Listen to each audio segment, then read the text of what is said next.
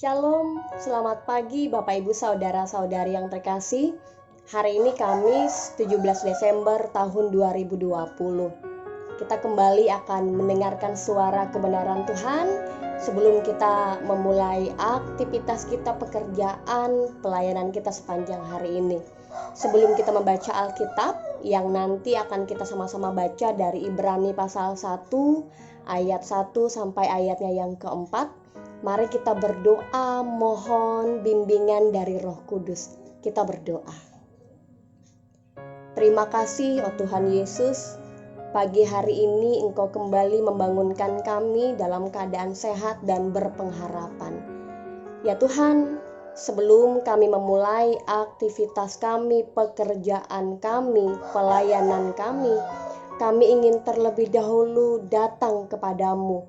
Kami ingin mendengarkan petunjuk bagi kami sekalian apa yang akan kami lakukan.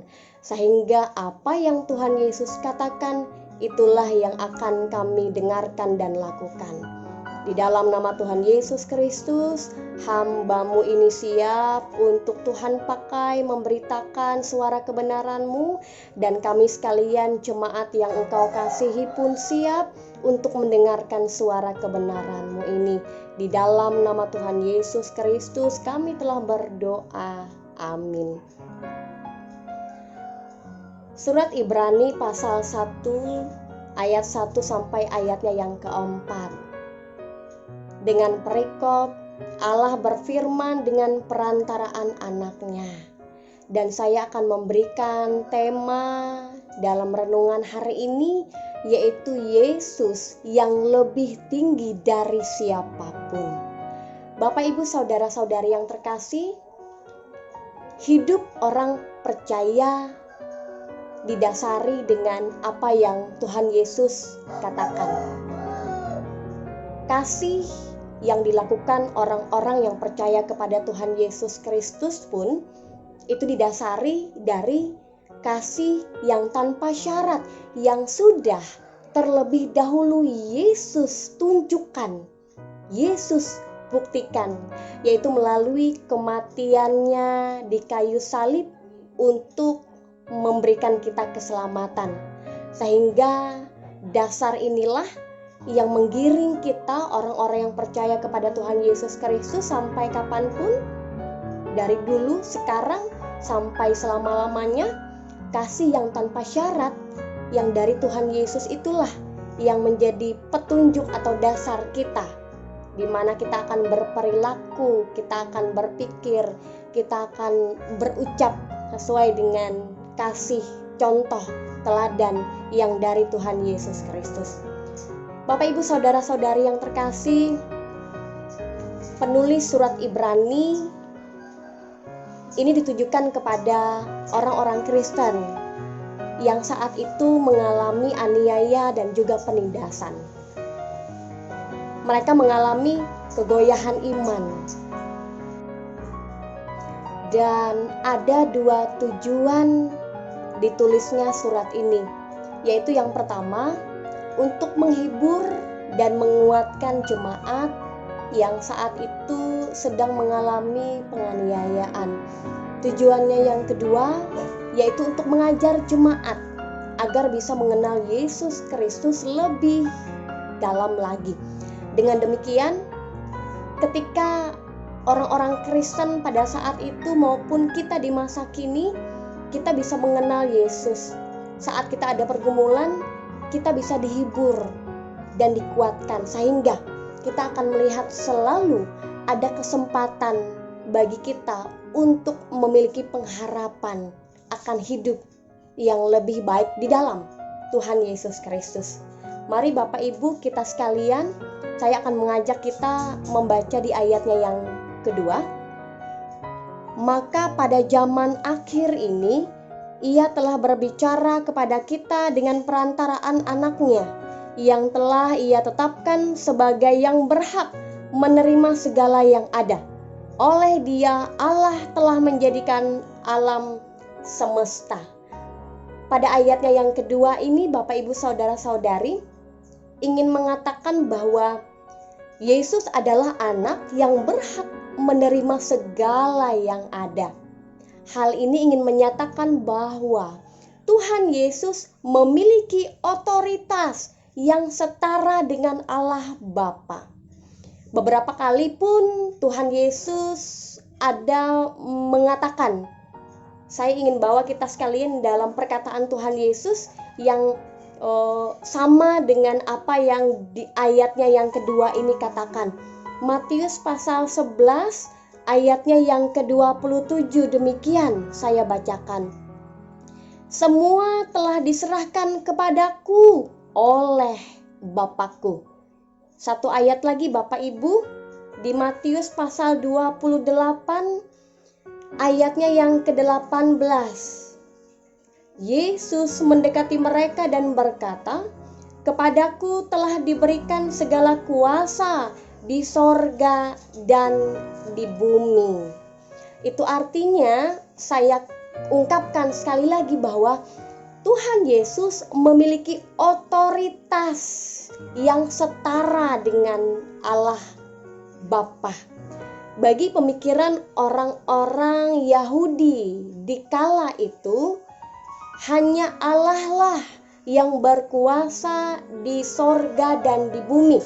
Tidak ada pribadi lain yang bisa disetarakan dengan Allah Bapa. Nah, melalui pernyataan penulis surat Ibrani dan juga apa yang Tuhan Yesus ungkapkan beberapa kali dalam Injil Matius ini, betul adanya bahwa Tuhan Yesus memiliki kekuasaan. Dia memiliki otoritas atas segala yang ada. Yesus yang lebih tinggi dari siapapun. Bapak Ibu saudara-saudari yang terkasih, penulis surat ini juga ingin menegaskan bahwa sebagaimana Allah telah memelihara Israel dari Mesir menuju Kanaan, maka Yesus juga memelihara mereka, orang-orang Kristen pada saat itu, dan juga bagi kita di masa kini. Dalam perjalanan iman kita, Tuhan Yesus pun memelihara kita. Tuhan Yesus pun akan menyediakan apa yang menjadi kebutuhan hidup kita. Sama seperti Allah pada masa perjanjian lama yang telah membawa orang Israel keluar dari tanah Mesir menuju ke tanah Kanaan. Seperti itulah yang akan Yesus lakukan bagi kita.